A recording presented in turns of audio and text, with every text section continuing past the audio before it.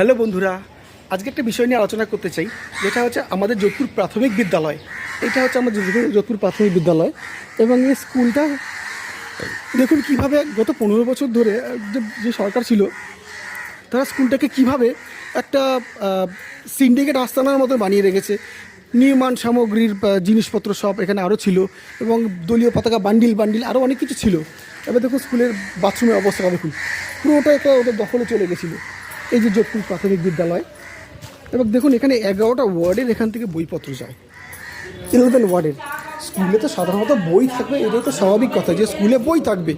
এই দেখুন স্কুলে বইপত্র খাতা পেন, এটাই তো স্বাভাবিক স্বাভাবিক বইপত্র খাতা পেন থাকবে। তো সেখানে অবস্থা ঠিক আছে, স্কুলে বইপত্র খাতা, তাই বলে স্কুলের নির্মাণ সামগ্রী জিনিসপত্র আরও অনেক কিছু। এবং তাদের অভিযোগ যে এখানে মদের বোতলও পাওয়া যেত, সন্ধ্যাবেলা হলে এখানে কেউ মদ খেতে আসতো।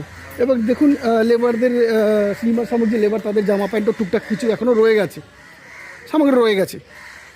যাই হোক, সবার কাছে অনুরোধ স্কুলটাকে আবার যেন স্কুলের পরিস্থিতিতে ফেরত আনা হয় এবং স্কুলটা যে একটা সিন্ডিকেট গোডাউন ঘর বানানো হয়েছিল এটা যেন একটা ব্যবস্থা না হয় অবশ্যই। যোধপুর প্রাথমিক বিদ্যালয়।